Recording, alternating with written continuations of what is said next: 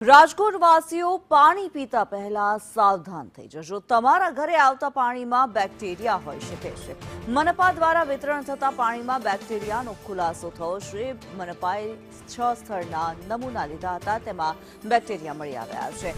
રાજકોટના વેલનાથપરાનું પાણી દૂષિત છે। વેલનાથપરાના સ્થાનિકોના સ્વાસ્થ્યને નુકસાન થઈ શકે છે। મનપાએ પાણીના 8,214 નમૂના લીધા હતા। એક સ્થળે પાણી સંપૂર્ણપણે પીવાલાયક ન હોવાનો ખુલાસો થયો। સેન્ટ્રલ ઝોનમાં 2 સ્થળના નમૂના ફેલ ગયા। ઈસ્ટ ઝોનમાં 1 સ્થળના નમૂના ફેલ જોવા મળ્યા છે। સેન્ટ્રલ ઝોનના મેયરના વોર્ડમાં પણ અસર જોવા મળી છે। પૂર્વ મેયરના વોર્ડ 4માં પણ દૂષિત પાણી પહોંચ્યું।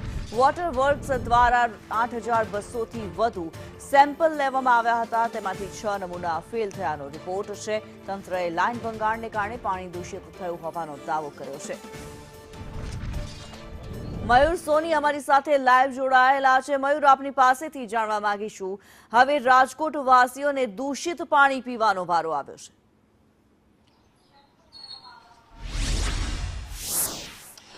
કિન્નરી, રાજકોટ વાસીઓને પાણીની કાયમી માટે સમસ્યા હોય છે। પીવાનું પૂરતું પાણી આવે તો દૂષિત પાણી હોવાની ફરિયાદ આવે છે। દૂષિત પાણી ચોખ્ખું કરવાની વાત આવે તો પાણીની અંદર કદડો આવી જાય છે। હું તમને સૌથી પહેલા વેલનાથપરા વિસ્તારની અંદર આજે પાણી વિતરણ થઈ રહ્યું છે એના દ્રશ્યો બતાવીશ। આ તમે જો, આ જે બાલ્ટી છે તેની અંદર આ પ્રકારનું જે કલરવાળું પાણી, દૂષિત પાણી હોય છે એ વિતરણ થઈ રહ્યું છે। છેલ્લા 15 દિવસથી આ પ્રકારની ફરિયાદ છે। 1-2 દિવસથી અહીંયા ફરિયાદ આવી હતી। કોર્પોરેશનનું તંત્ર દોડ્યું હતું અને ત્યારબાદ લાઇન રિપેરિંગ કરવાની પ્રક્રિયા હાથ ધરાઈ હતી। આપણે સ્થાનિક લોકો છે તેમની સાથે જ વાત કરીએ। સૌથી પહેલા બેન, તમને પૂછવા માંગીશ, કેટલા દિવસથી આ પાણીની સમસ્યા છે, કેવું પાણી આવતું હતું? ડોર જ આવતું હતું, હા ગટરનું જ આવતું પાણી। એટલે આમ ઓલું આવતું ગટરનું જ પાણી અને જીવાત વાળું લાલ હીરું આવતું। તમે શું કહેશો બેન? સાહેબ, પેલા છે લાલ પાણીમાં છે હીરું આવતી, પેલા લાલ કલરની, હા જીવડા આવતા, લાલ કલર ના આમાં આવતા। તમારે એવું પાણી પીવું પડતું? હા, પીવું પડે ને સાહેબ। એક દાળનું પાણી ખરાબ થઈ ગયું છે, એ કલરો આવે છે દાળના પાણીમાં, ઈ નથી સાફ કરતા કઈ રાંધેડો હતા। તમે શું કહેશો માસી? કદડા જેવું પાણી પીતા, લાલ હીરું આવતી એમાં, હા ડોરું આખું પાણી ડોળું આવે? હા આખું ડોરું આવતું। કોર્પોરેશનમાં કોઈને ફરિયાદ કરી? તમે કોઈ કરી નથી, હજી કરી નથી, હવે બધે તમે આવ્યા એટલે કરી। હવે બિલકુલ, સંદેશ ન્યૂઝ અહીંયા પહોંચ્યું છે ગ્રાઉન્ડ રિયાલિટી કરવા માટે। બેન, તમને પૂછીશ, અહીંયા કેવું પાણી વિતરણ કરવામાં આવતું? કોઈ કોર્પોરેશનની ટીમ આવી છે, નમૂના લીધા છે, શું છે? કદડો જ પાણી આવે છે, નોકરી જીવાત આવે, જીવાત આવે છે, જીવાત વાળું પાણી વિતરણ થાય છે। હા માસી? હા, એ પાણી કદડો આવે નકલ, જીવાત ને એવું જ આવે છે। હા, જીવાત વાળું કિન્નરી પાણી આવે છે, કદડો પાણી આવે છે। અહીંયા સ્થાનિક લોકો છે, તેમની સાથે વાત કરી આપણે। બેન, શું કહેશો તમે? હા સાહેબ, પાણી બહુ જ હાવ કદડા જેવું આવે ને, લાલ જેવું આવે ને, લાલ હીરું આવે છે। લાલ હીરું આવે એટલે પાણીની અંદર હીરું આવે? હા હા હા, પાણીની અંદર હીરું આવે છે। અહીંયા સ્થાનિક આગેવાન છે, તેમની સાથે વાત કરીએ। ઠાકરસિંહભાઈ, તમારો વિસ્તાર છે, તમે અહીંયા કામ કરો છો, પાણી કેમ અહીંયા દૂષિત આવે છે? પાણી અમે કોર્પોરેશનની અંદર ઘણી વખત રજૂઆત કરી છે કે ભાઈ અહીંયા આ વિસ્તારની અંદર વેલનાથપરાની અંદર ખરાબ પાણી આવે છે, તેમ છતાંય નિંભર તંત્ર અહીંયા કણે કોઈ જાતના પગલાં લેતું નથી। જ્યાં વિસ્તાર બેકોર એરિયા છે ત્યાં આ કોર્પોરેશન ધ્યાન દેતું જ નથી। માનો વેલનાથપરા છે, પછી આ શિવાજી પાર્ક છે, જે અમુક વિસ્તારોની અંદર પછાત વિસ્તાર છે, પછાત વિસ્તારની અંદર એમને કેમ મત જોતા હોય ત્યારે પછાત મત કરતા। આ તો મૂળભૂત સુવિધાની વાત છે કે સામાન્ય માણસને આઝાદીના 70 વર્ષ પછી પણ ચોખ્ખું પાણી નથી મળતું, એ સૌથી મોટી વાત થઈ ને।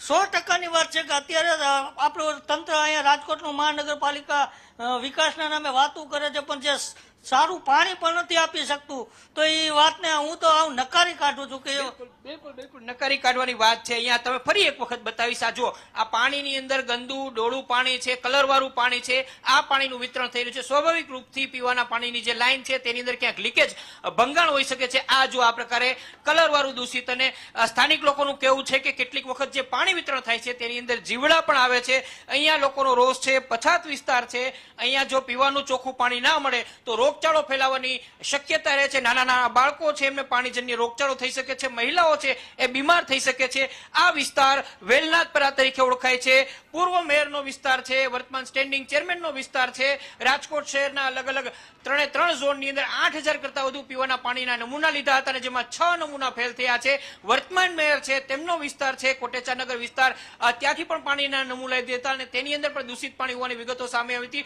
ગંભીર બાબત એ છે કે મહાપાલિકાએ નમૂના નમૂના લીધા હતા, તેને જ રિપોર્ટ કરાવ્યો હતો અને તેના રિપોર્ટની અંદર એ સામે આવ્યું છે કે બેક્ટેરિયા પાણીની અંદર આવ્યા છે. એટલે લોકોના ઉપર પીવાના પાણીને લઈને કેટલું જોખમ છે એ આ વાત મહાપાલિકાના રિપોર્ટની અંદર સાબિત થઈ રહી છે.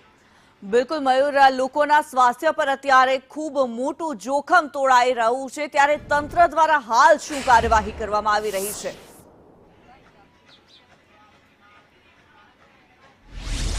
કિન્નરી તંત્ર દ્વારા આ તમામ વિસ્તારો છે કે જે ચિહ્નિત કરાયેલા હતા એ તમામ વિસ્તારમાંથી પાણીના નમૂના લેવામાં આવ્યા છે. આ નમૂના છે તેનું ક્લોરિનેશન કરવામાં આવ્યું હતું, તેમાંથી રિપોર્ટ કાઢવામાં આવ્યો હતો, જેમાંથી 6 નમૂના છે એ ફેલ થયા હતા. હવે કોર્પોરેશનની જે વોટર વર્કસ શાખા છે તેમના દ્વારા જ્યાં જ્યાં પણ દૂષિત પાણીના નમૂના આવ્યા હતા તે વિસ્તારની અંદર લાઈન બદલાવા અથવા તો ત્યાં લાઈન રિપેરિંગ કરવાની વાત છે એ કરવામાં આવી છે. કેટલાક વિસ્તારોની અંદર લાઈન છે તે રિપેર થઈ છે, પરંતુ પછાત વિસ્તારો છે કે જ્યાં હજુ પણ જૂની લાઈનો આવેલી છે ત્યાં રિપેરિંગ કરવા માટે મુશ્કેલી પડી રહી છે, કારણ કે આના માટે બહુ લાંબુ કામ છે, 2 થી 3 મહિનાનું કામ થઈ શકે. તાત્કાલિક અસરથી તેમને રાહત મળે માટે જે નાના પોઈન્ટ હોય છે ત્યાંથી તો લાઈન રિપેરિંગ કરી નાખી છે, પરંતુ આખી લાઈન જો બદલાવી નાખવામાં આવે આના માટે 2 થી 3 મહિનાનું કામ હોય છે. ચોમાસા દરમિયાન આ કામ ના થઈ શકે, પરંતુ લોકોને રાહત મળે એ પ્રકારની વ્યવસ્થા થઈ શકે તેમ છે. પ્રાયોગિક રૂપે તો લોકોની રાહત મળે એ પ્રકારની વ્યવસ્થા કરી હોવાનો દાવો તંત્ર દ્વારા કરાયો છે, પરંતુ હકીકત એ છે કે કાયમી નિકાલ થાય, કોઈ દી આ પ્રકારની ફરિયાદ ના આવે, લોકોનું પીવાનું પાણી ચોખ્ખું મળે એ પ્રકારની વ્યવસ્થા કરવી જોઈએ અને લાંબા ગાળાનું આયોજન જો મહાપાલિકા કરે તો આ પ્રકારની ફરિયાદો નિવારી શકાય તેમ છે. જી બિલકુલ, ધન્યવાદ મયુર આ માહિતી માટે.